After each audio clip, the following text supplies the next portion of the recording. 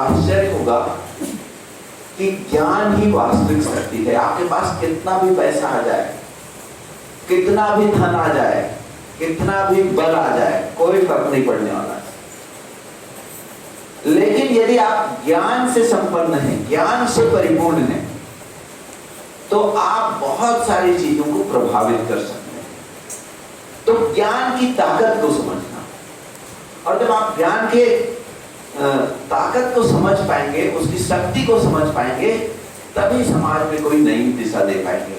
तो जो जीवन कौशल है इन्हीं तीनों चीजं पर आधारित है। पहला चीज क्या है कि अनुभव ही यथार्थ है, अनुभव ही सच है। और आपको और बता दूं, अभी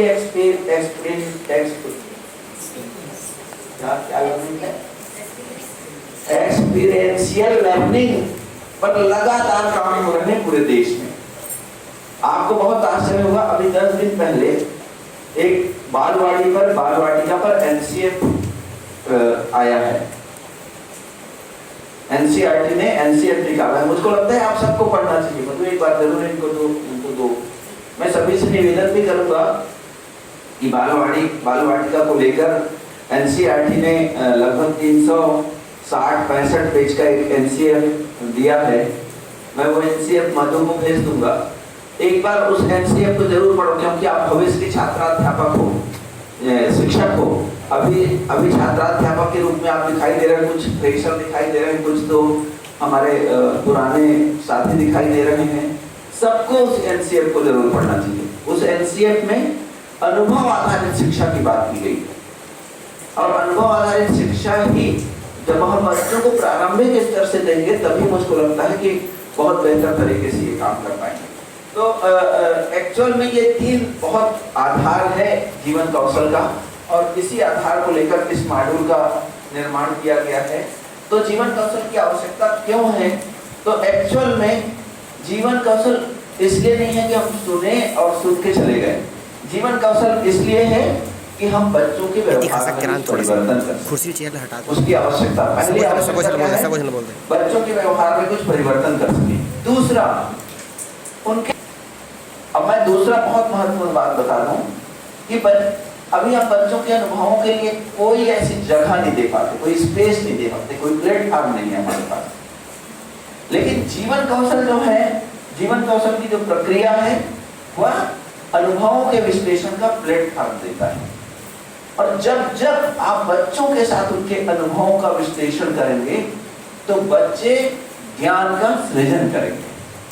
ये दूसरा आधार है, क्योंकि विश्लेषण ही ज्ञान का सृजन करेगा।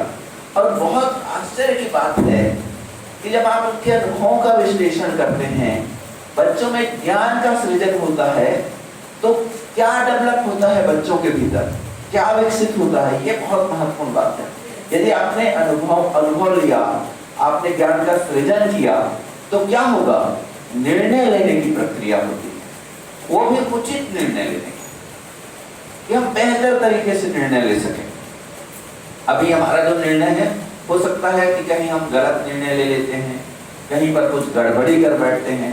लेकिन जब आप अनुभवों को सृजित करते हैं और अनुभवों का विश्लेषण करते हैं, ज्ञान का निर्माण करते हैं, तो आप निर्णय लेने की ताकत रखते हैं। तीसरी बहुत महत्वपूर्ण बात, गलत को ना कहने की क्षमता आती है। अभी कई बार मैं एक एग्जांपल बता रहा हूँ कि जो साथियों का दबाव होता है, समूह का जो दबाव होता है, वो बहुत ही अलग तरह का होता है। कई बार मान लिया जाए किसी ने सिगरेट पीने का दबाव दिया आपको, और यदि नहीं बोल पाए, तो 2 बार आप सिगरेट का चुस्की लो और तीसरे बार से आपकी आदत पड़ जाए।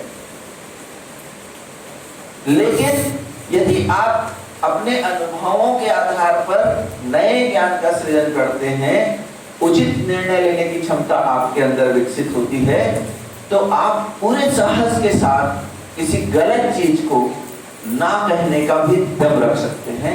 और यही विद्यार्थियों के अंदर हमको डालना भी है। लेकिन यदि ना कहने का जो साहस है, वो साहस हमेशा विनम्रता के साथ हो।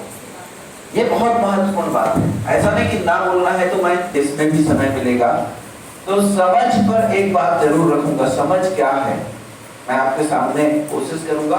अभी यदि मैं आप पूरे दिन में 25 बार इसका यूज करोगे, आप दोस्तों से मिलोगे तो समझ गए, समझ गए तो समझ है इसके लिए। लेकिन यदि मैं आपसे पूछूं समझ क्या है, तो इसका आंसर देना बहुत कठिन होगा।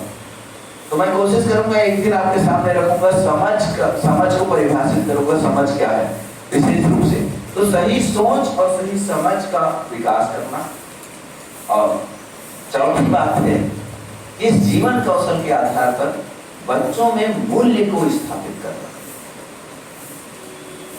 वैसे भी इस पूरे प्रक्रिया का नाम जीवन मूल्य ही है, पर मूल्य को स्थापित करना, और ऐसा मूल्य जो खुद के लिए उपयोगी हो और अपने आसपास रहने वाले लोगों के लिए भी उपयोगी हो। न सिर्फ आसपास के लोगों के साथ बल्कि पर्यावरण के साथ भी। जिस समाज में हम रहते हैं, आप बहुत आश्चर्यचकित होंगे। अभी आज से 20-25 साल पहले 7-8 नवंबर को हमारे यहाँ जो तापमान था वो 25 आ जाया करता था, आज 32 पे अटका हुआ है। तो हमारे जीवन जीने की खराब शैली के कारण आज हम तापमान को भी बढ़ाने में बहुत मदद दे पा रहे हैं। हमको समझ में नहीं आता कि कहाँ है हमारे जीवन शैली जिसके कारण से तापमान गड़बड़ हो रहा है। लेकिन इन मुद्दों पर भी बात करने की जरूरत है, इन मुद्दों को भी समझने की जरूरत है। तो जीवन मूल्य की बात है और अभिवृत्ति, एटीट्यूड में परिवर्तन की बात है। ये पूरी प्रक्रिया आपके एटीट्यूड में बदलाव लाने की है, अभिवृत्तियों में बदलाव लाने की है। तो बस मैं इतना ही कहूंगा कि इस पूरी प्रक्रिया को बहुत बेहतर तरीके से आप संचालित करें।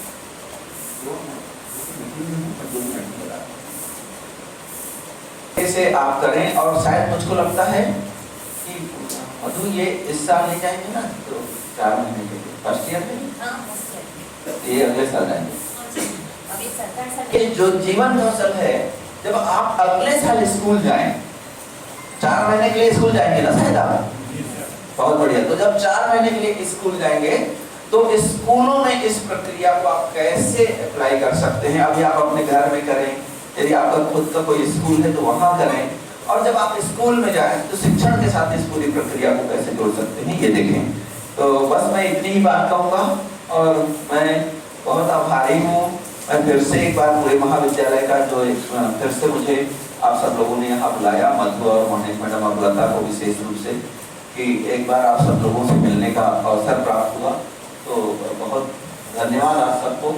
और शेष रचना को देख के बहुत अच्छा लग रहा है। रचना आती है तो ऐसे ही काफी उत्साह आता है, बहुत ही उत्साह के साथ काम करने वाली शिक्षिका है वो। अब उनको स्टूडेंट बोलने में भी अब ठीक नहीं लगता, क्योंकि जब पढ़ती थी तो लगता था स्टूडेंट बोल लो, पर अभी तो निश्चित रूप से वो बहुत ही बेहतरीन, उनके काम करने का तरीका बहुत ही अच्छा है। तो निश्चित रूप से आप सबको मैं बधाई देता हूँ इस नई प्रक्रिया के लिए, और अपनी बातें ही समाप्त करता हूँ। Thank you so much.